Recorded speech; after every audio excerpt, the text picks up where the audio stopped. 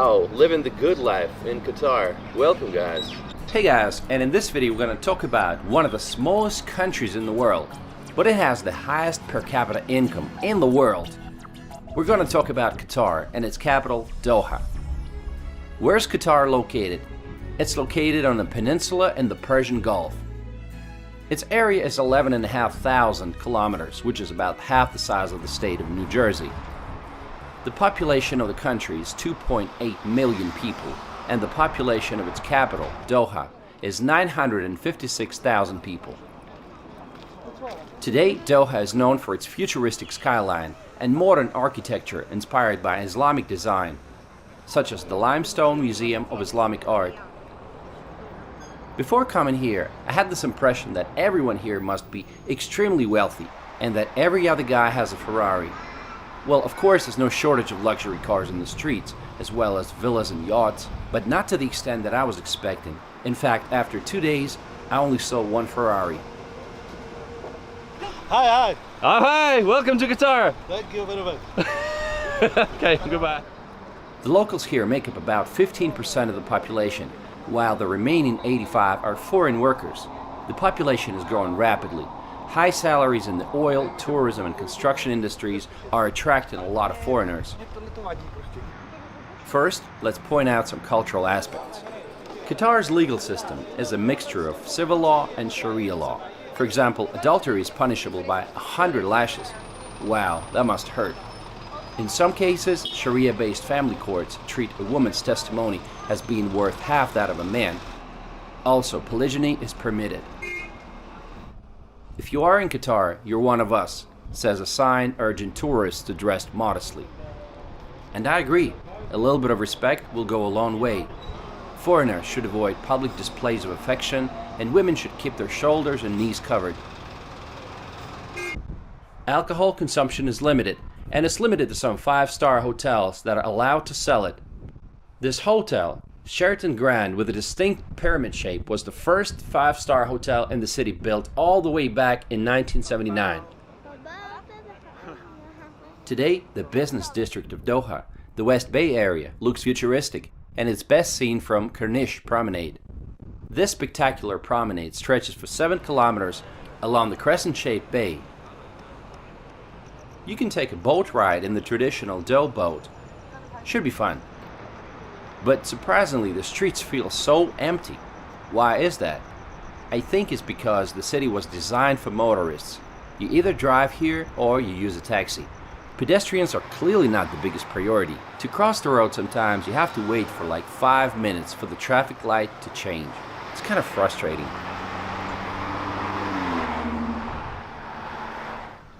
What's the recent history of Qatar? In the 19th and early 20th centuries, Qatar was part of the Ottoman Empire. Later, it was under the protectorate of Great Britain until it claimed its independence in 1971. Some 50 years ago, the main industries were fishing and pearl hunting.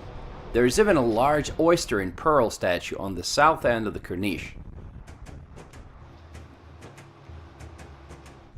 But all of that changed once they discovered oil. Today, oil and gas industries account for 55% of the country's GDP. Qatar is lucky to have 1.5% of the world's proven oil reserves and 13% of the world's natural gas reserves. It's also the world's largest exporter of liquefied natural gas. Gas at the pump station is affordable. It's even cheaper than in the UAE. 45 cents per liter or $1.6 a gallon. The current Emir of Qatar is Tamim bin Hamad Al Thani, and you can see his portraits on many buildings. Actually, he's pretty young, he's just 39 years old. Those who are interested in the world news are probably familiar with Al Jazeera News Network, but few know that it was founded here in 1996 by the Qatari government. In June 2017, Qatar found itself in the middle of a diplomatic crisis when Saudi Arabia, along with Bahrain, Egypt, and the United Arab Emirates and some other countries, severed all ties with Qatar, claiming that Qatar was supporting some bad guys and military groups aimed at destabilizing the region. They closed off their airspaces, territorial waters, and land borders to Qatar. Saudi Arabia even wanted to go as far as building a water canal that would separate the two countries and actually turn Qatar into an island. Qatar denies all of those claims. It's politics, so it's gotta be controversial, so I'm not taking sides. Meanwhile, Qatar is in full swing preparing to host the greatest football event in the world, World Cup 2022. It's a huge responsibility. This will be the first World Cup ever to be held in the Arab world. Matches will be held at 8 stadiums. 7 of them are being built from scratch. But what about the alcohol restrictions, you might ask? What are the football fans going to do without beer? At the time of the championship, the sale and consumption of alcohol will be legalized, but mostly limited to fan zones. Because Doha has a hot desert climate and temperatures in the summertime can easily reach 50 Celsius. For the first time in history, the World Cup will be held in November and December. This in front of you is a giant statue of Ori, the oryx that was the mascot for the 15th Asian Games, which took place in Doha back in 2006. The stadiums will be connected by the metro, which was specifically built for the World Cup. The metro was opened in May 2019 and it's fully automated. For now it has 3 lines and 37 stations, but eventually Doha Metro will have 4 lines and around 100 stations for the entire network. We're in Qatar and we're trying to use the subway. Let's see if we can do it. I have 3 adults with me, so we got, okay, now I gotta pay. Alright, they told me it's possible to pay with a card. I'll see if I can do that. For $1 US, you get 3.6 local currency. Okay, take your travel cards. Great, beautiful. I got my cards.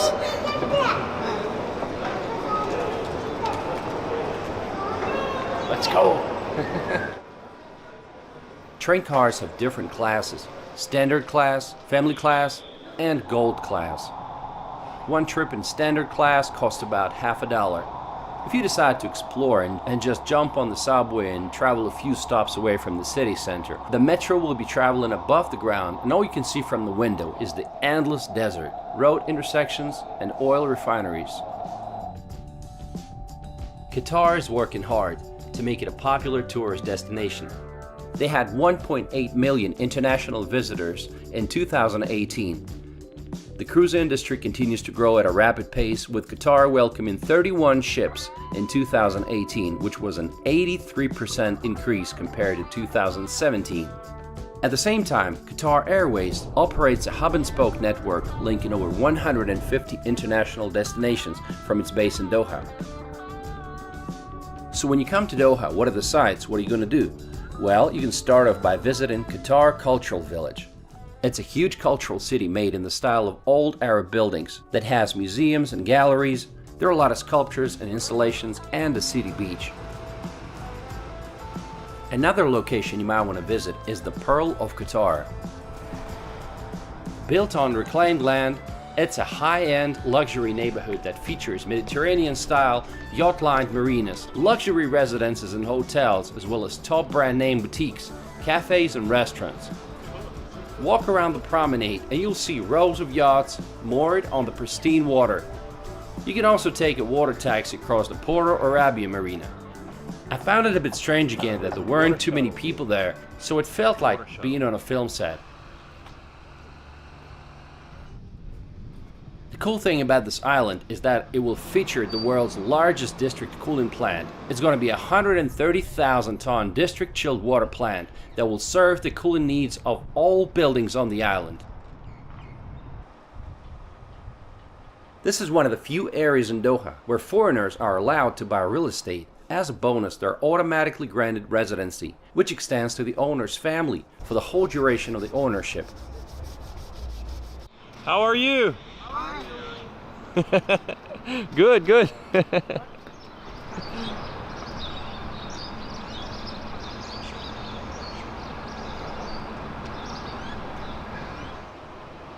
Just to give you a price range, a 2-bedroom apartment with sea view will be around $400,000 or $500,000. What a lovely weather. I love the birds singing. It's quiet, it's peaceful. Welcome to Qatar winter. This is what it looks like. It's really comfortable. It's about 21 Celsius. It doesn't really get too cold here. But just wait till March comes, then it's going to be extremely hot, and during the summertime it's going to be 50 and above. Oh, got to get out of here before that.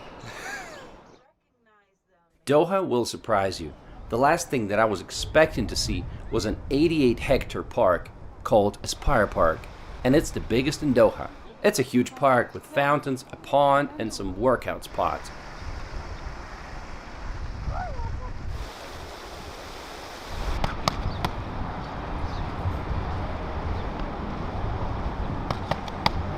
Nice boxing. Now, would you believe this is Qatar? I mean, 20 years ago, this was a desert. And now you see all those parks and people exercising. Wow, that is impressive. Hi, welcome to Qatar. It's a wonderful place we're here, okay? So you can enjoy a lot here, okay? All right, best of luck.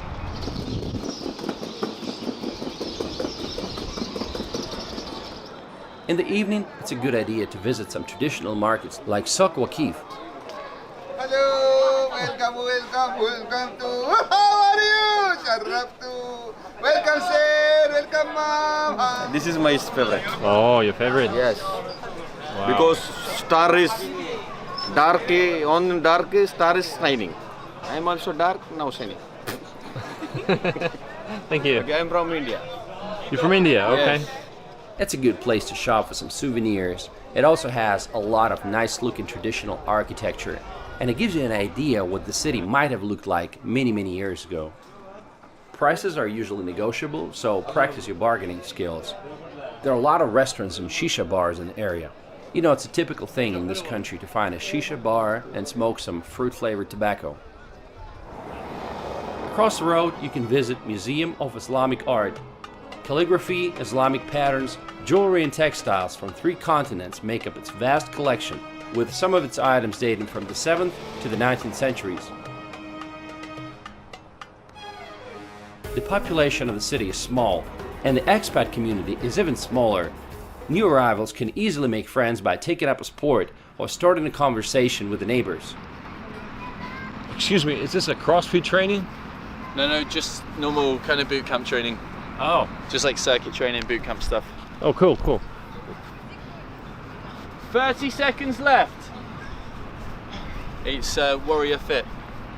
Warrior Fit? Warrior Fit? What's that? Yeah. A new gym opening in Laguna Mall.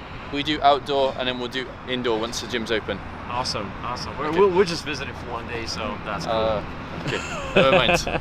Nice to meet you. Thanks. Okay, last 10 seconds. Shopping malls seem like the obvious choice when you want to escape from the heat. One of the most well-known is the Venetian-inspired Villaggio Mall, which has over 200 stores. However, its indoor canal is the main attraction. Here you can take a gondola ride and look up at the painted blue sky with scattered clouds. Another popular shopping mall is City Center Doha. It's the largest in Qatar. It offers a large and diverse shopping experience, and it has a multiplex cinema, a bowling alley, and even an indoor ice skating rink. Some of the favorite activities for locals include camel racing, which take place in the wintertime and spring when the heat goes down. The country is surrounded by the sea, so water sports are a must. Safari tours to the desert with dune bashing and land cruisers are also popular.